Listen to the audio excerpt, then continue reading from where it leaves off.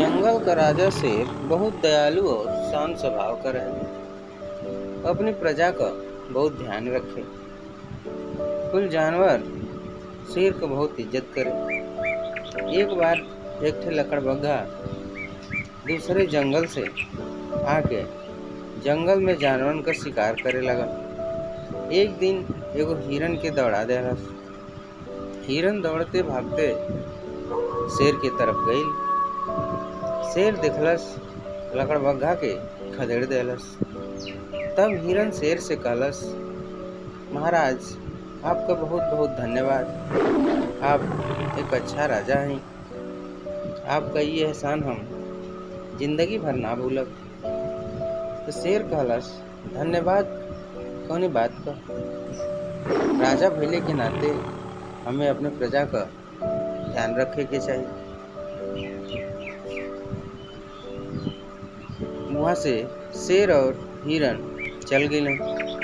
शेर जंगल में घूमत घूमत एक बड़े से कुआं में गिर गई। कुआं बहुत गहरा रहे। शेर मदद खातिर चिल्लाए लगा। ज्यादा गहराई होए के कारण ओकर आवाज कुआं से ऊपर ना आ पाए। वही समय वो कुआं के पास से दूसरे जंगल का एक शेर जात रहे। तब तक वो सुन लेलस। वो कुआं पर आयल और कहलस कि एम्मे कैसे गिर गईला शेर। कुआं वाला शेर कहलस, अरे दोस्त, हमके एम्मे से निकाला, हम निकल ना पावत हूँ, जल्दी से बाहर निकाला। ऊपर वाला शेर कहलस, हम पागल हैं कि तोके निकाली, तू अब यही में मरा। हम अब ये जंगल का राजा बनब और तोहरी प्रजा का सफाया करब। आज से हम ये जंगल का राजा हैं और रोज रोज अलग अलग जानवरन के खा के मजा करब। हंसते वहां से चल गए।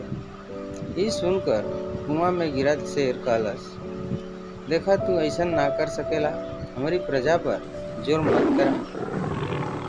शेर हंसते वहां से चल गए और जंगल में जाकर जंगल का राजा बन गए।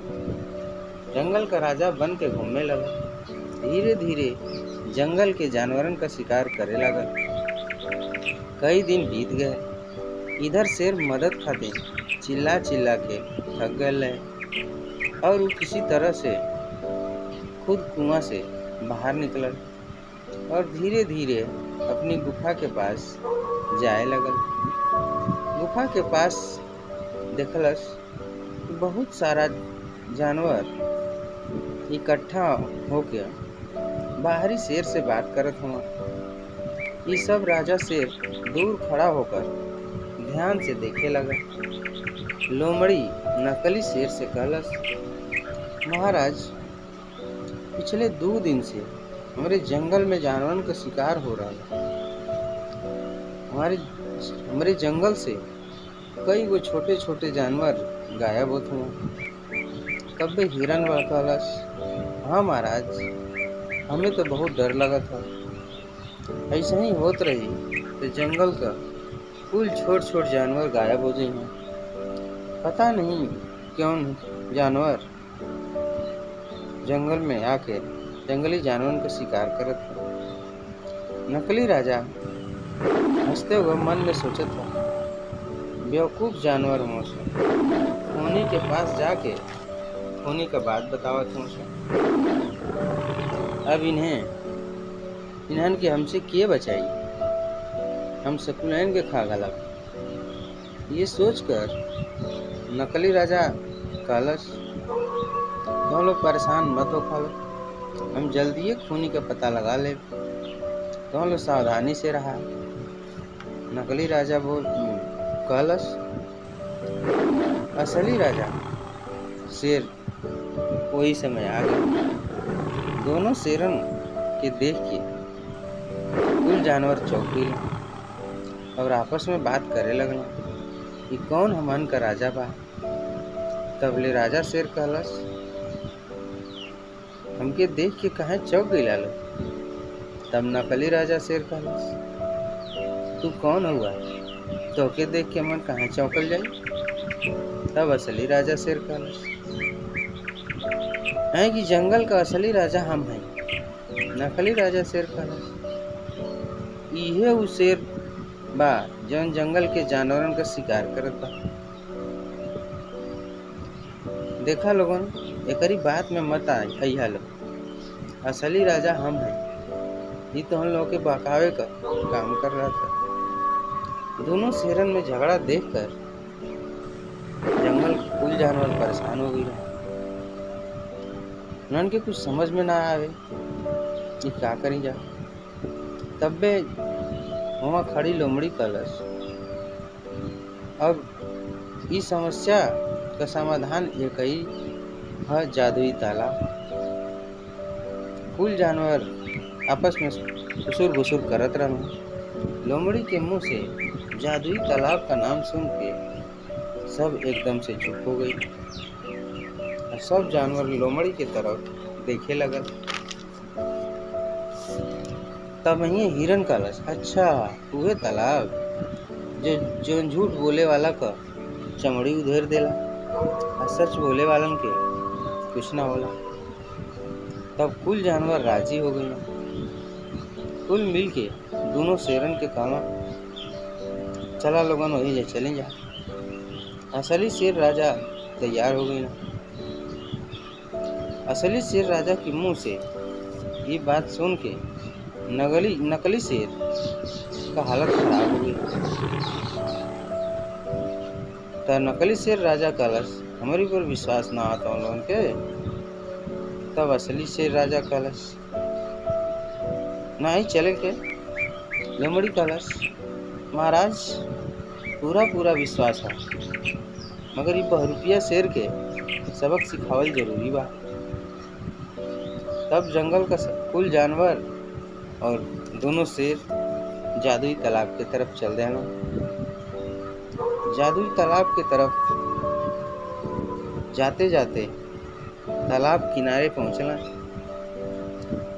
तब लोमड़ी कहलस, ला लोगन आगे नहीं जा जादुई तालाब के किनारे।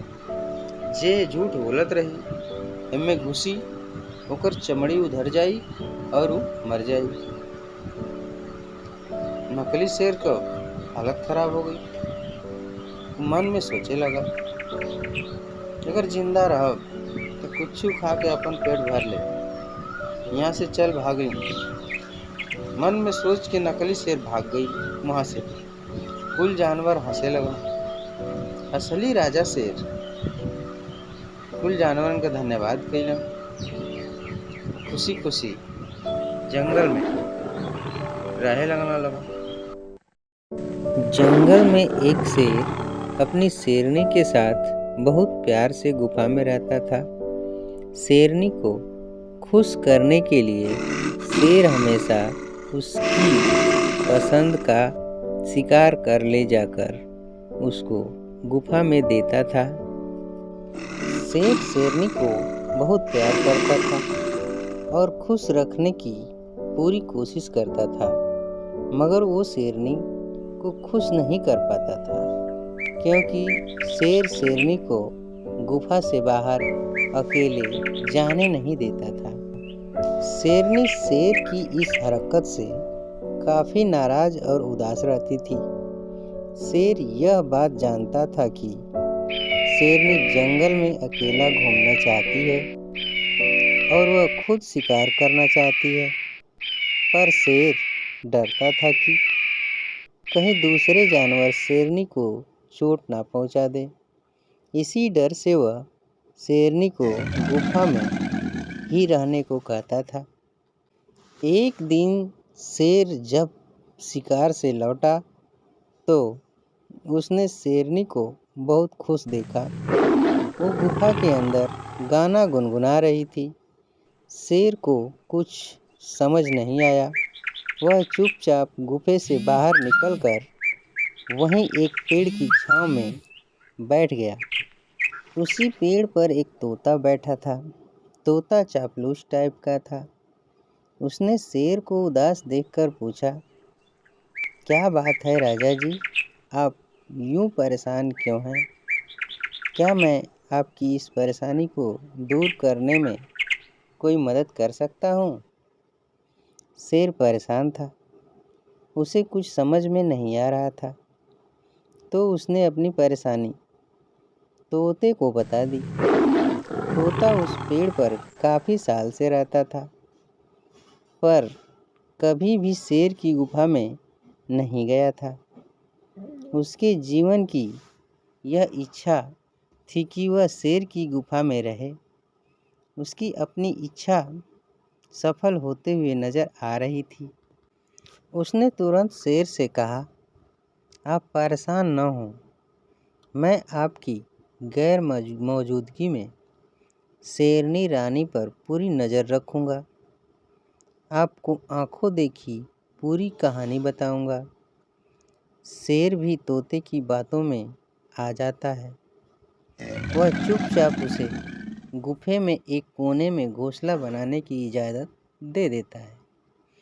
तोता भी बड़ी शान से गुफा के अंदर जाता है और बाहर आता है। सारे पक्षियों के बीच तोता यूं दिखाता है कि मानो जंगल का राजा शेर नहीं, वह खुद तोता हो। शेर जब शिकार पर जाता तो शेरनी ने जंगल के कुछ जानवरों से दोस्ती कर ली थी, पर वह ये बात शेर को नहीं बताई ताकि शेर उसके दोस्तों को कोई नुकसान ना पहुंचाए। पर जब शेर गुफा से बाहर शिकार को जाता तो शेरनी उसके पीछे से अपनी गुफा से बाहर आवाज़ देकर अपने दोस्तों को बुला लेती और शेर के किए शिकार को आपस में बांट कर खाती। पर शेर के आने से पहले उन्हें गुफा से वापस भेज देती।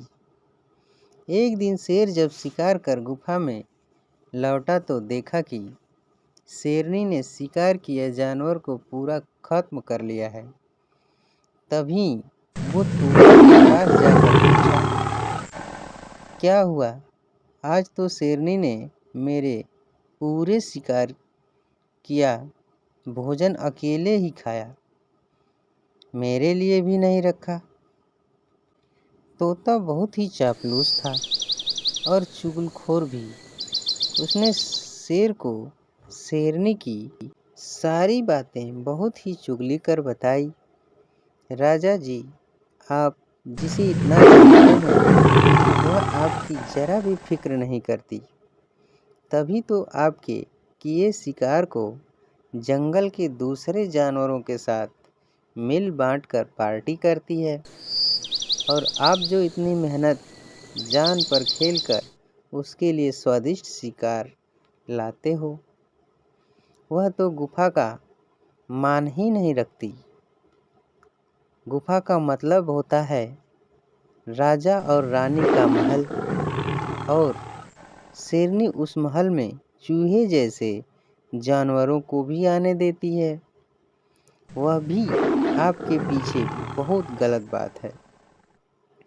आपको इस रानी को सबक सिखाना ही होगा, नहीं तो जंगल के जानवर धीरे धीरे इस गुफा पर कब्जा कर लेंगे और इतिहास में जंगल का राजा का मतलब ही कहीं बदल ना जाए।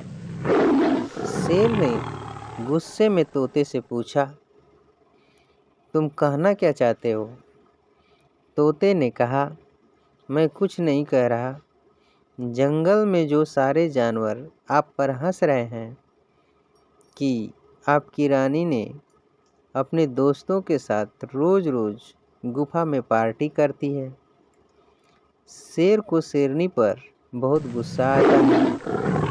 वह गुफा में जाते ही शेरनी पर हमला कर देता है। शेरनी अचानक शेर के हमले से मर जाती है। शेर वहीं चुपचाप थोड़ी देर बैठा रहता है। शेरनी को मारने के बाद शेर गुफा से दौड़ता हुआ ऊंचे पहाड़ की चोटी पर चला जाता है और वह वहीं से कूद जाता है। शेर अपनी शेरनी से बहुत प्यार करता था, तभी तो उसे मारने के बाद खुद भी मर जाता है।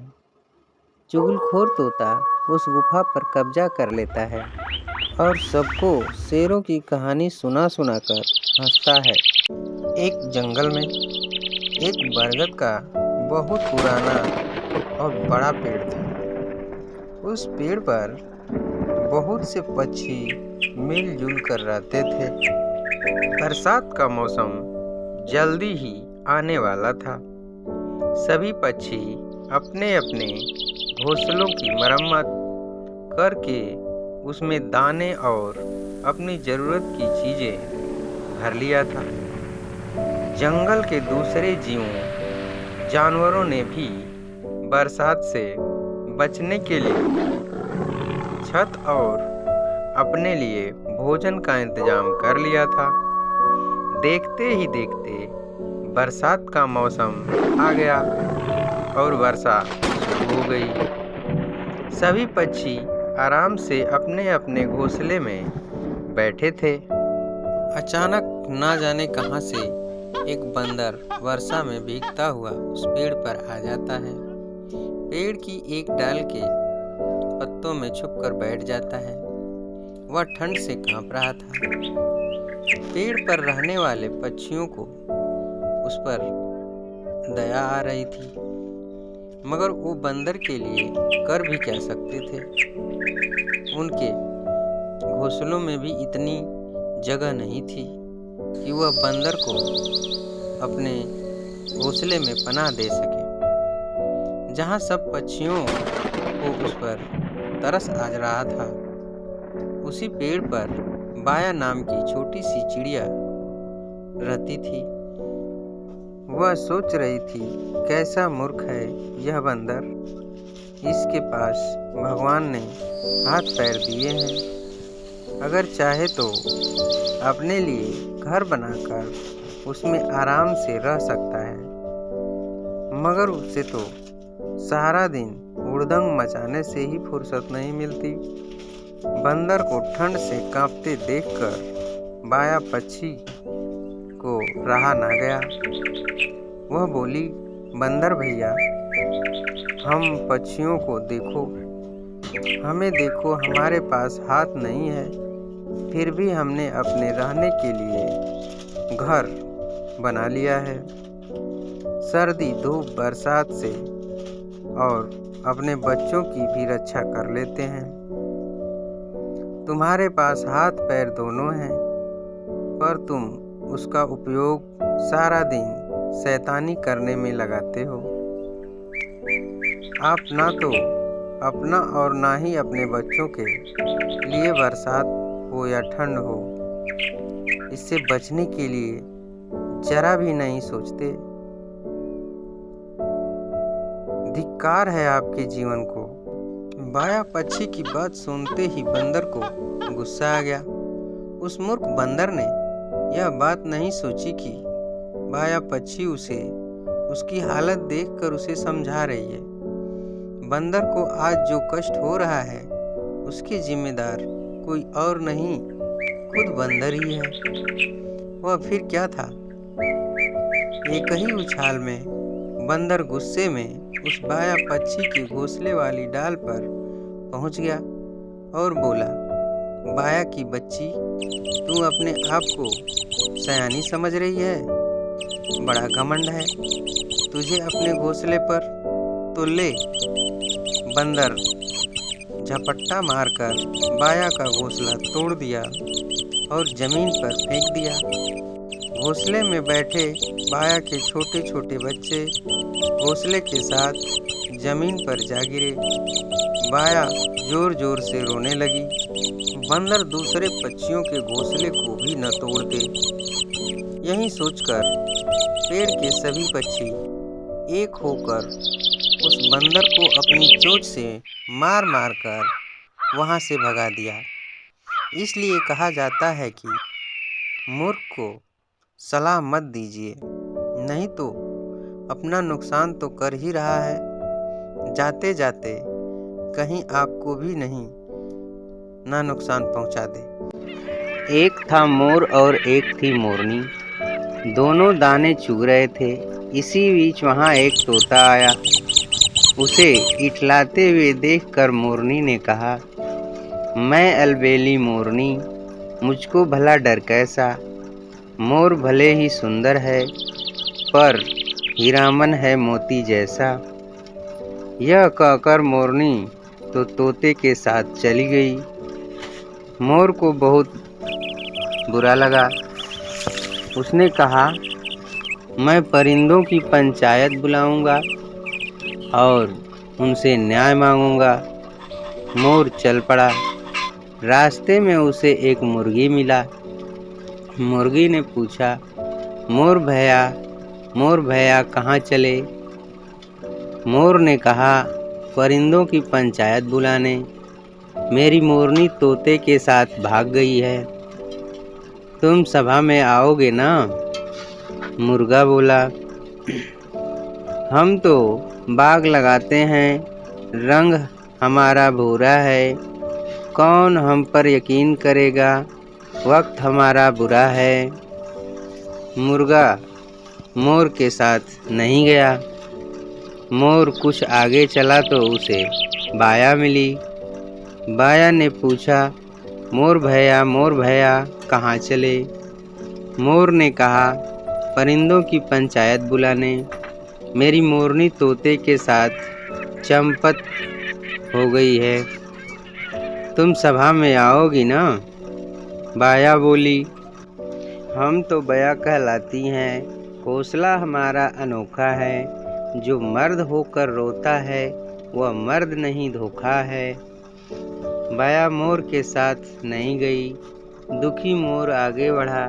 रास्ते में उसे एक तीतर मिला। तीतर ने पूछा, मोर भैया कहाँ चले? मोर ने कहा, परिंदों की पंचायत बुलाने। मेरी मोरनी तोते के साथ भाग गई है। सभा में तुम आओगी ना? तो तीतर बोला, हम हैं तीतर एक देश के, लड़ाकू बनना हमारा पेशा है। पंचायत है लफ्फा जी का डेरा, वहाँ क्या काम मेरा। मोर आगे बढ़ा। रास्ते में उसे बगुला मिला। बगुले ने पूछा, मोर भैया कहाँ चले? मोर ने कहा, परिंदों की पंचायत बुलाने। मेरी मोरनी मुझे छोड़कर तोते के साथ चली गई है। भैया थोड़ा समय निकाल कर तुम आओगे ना? बगुला बोला, हम बगुले उजले हैं, गर्दन हमारी लंबी है। तुम्हारा टंडा तुम जानो, हमने टंडों से छुट्टी ली है। मोर ने सोचा, अब मैं बाज के पास चलूं, शायद वह साथ दे। मोर आगे बढ़ा तो रास्ते में उसे एक बाज मिल गया। बाज ने पूछा, मोर भैया कहाँ चले? मोर ने कहा, परिंदों की पंचायत बुलाने। मेरी मोरनी तोते के साथ भाग गई है। सभा में कोई आने को राजी नहीं है। बाज भैया तुम तो आओगे ना? बाज बोला, हम हैं बाज बहादुर, सिर हमारा गंजा है। सबक सिखाने शत्रु को, फौलादी यह पंजा है। मोर खुश हो गया। बाज को अपने साथ लेकर मोर, तीतर, बाया, बगुला सबके साथ पहुंचा। परिंदों की पंचायत बैठी। सबने बाज से कहा कि वह तोते को ढूंढकर पेश करे। फौरन बाज उड़ा और तोते के कान पकड़कर उसे सबके सामने लाया। पंचायतों ने कहा, हीरामन मोर को उसकी मोरनी दे दो। तोता बोला, मैं नहीं दूंगा। पंचायतों ने कहा, बाज भैया हीरामन को सबक सिखाओ और मोर को उसकी मोरनी वापस दिलाओ। बाज बोला, हम हैं बाज बहादुर, सिर हमारा गंजा है, सबक सिखाने शत्रु को, फौलादी यह पंजा है। यह कहकर बाज ने तोते पर झपट्टा मारा। तोता डर गया, बोला, मुझे नहीं चाहिए किसी की मोरनी, यह तो मोर की शोभा है। भले ही उसे मोर रखे। मोर को उसकी मोरनी मिल गई और परिंदों की पंचायत बिखर गई।